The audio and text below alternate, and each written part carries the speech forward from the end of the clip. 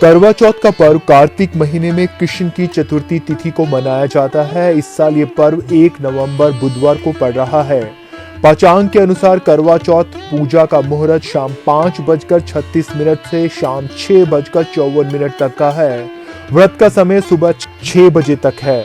चंद्रोदय का समय रात 8:15 बजे प्रतीत हो रहा है। धर्म के जानकार बताते हैं कि चतुर्थी तिथि 31 अक्टूबर की रात 9:30 बजे शुरू होगी और 1 नवंबर को रात 9:19 पर समाप्त होगी।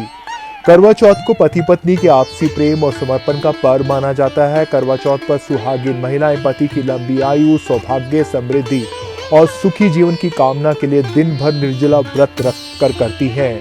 इस दिन सुहागिन महिलाएं 16 श्रृंगार भी करती है और शाम को चंद्र दर्शन करते हुए अर्घ्य देकर व्रत खोलती है। इस दिन सुहागिन महिलाएं करवा माता भगवान शिव और माता पार्वती की विधिवत रूप से पूजा आराधना करती है और कथा सुनती हैं। फिर चांद के निकलने के बाद चांद के दर्शन करते हुए अपने पति के हाथों से पानी पीकर व्रत खोलती हैं। करवा चौथ का व्रत इस बार चतुर्थी के दिन पड़ रहा है और कार्तिक मास कहलाता है। ऐसा कहते हैं कि करवा चौथ का जो व्रत है वो सौभाग्य का सूचक माना जाता है। सौभाग्य मंगल सूचक है और ऐसा कहते हैं कि करवा चौथ का व्रत सौभाग्य के लिए 5 भाइयों की एक बहन ने किया था। महाभारत काल में भी इसका वर्णन मिलता है और वर्तमान काल में एक आधुनिक तरीके से इसको किया जाने लगा है।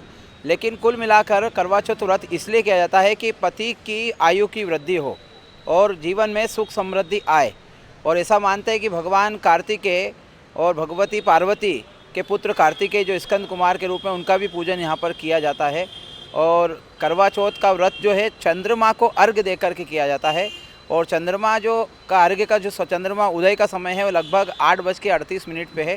तो उस हिसाब से चंद्रमा का पूजन करें, अर्चन करें, पंचोपचार करें या षोडशोपचार विधि से पूजन करें और सफ़ेद चीज़ें चढ़ाकर अर्घ्य दें, सौभाग्य के सूचक की दें और व्रत को करना चाहिए। व्रत को कई लोग उद्यापन भी करते हैं क्योंकि किसी व्रत को हम निर्णय सिंधु के अनुसार ऐसा कहा है कि किसी व्रत को अगर हम करते हैं तो व्रत बंधन तो हो जाता, लेकिन जब तक उसका आप पूर्णाहुति नहीं करोगे, जब तक उसका उद्यापन नहीं करोगे, उसका पूर्ण फल प्राप्त नहीं होता। तो ऐसा कहते हैं कि लगभग 13 जोड़े बुला करके पूजन करें, उनका अर्चन करें, सौभाग्य चीज़ें उनको दे, विशेष करके महिलाओं को दे, ब्राह्मण पुरुष को दे, महिलाओं को दे या पारिवारिक महिलाओं को भी आप दे सकते हैं। तो कुल मिलाकर शिव मतलब कल्याण है, शक्ति मतलब ऊर्जा है और उनका 2 संयुक्त रूप है वो भगवान स्कंद कुमार है।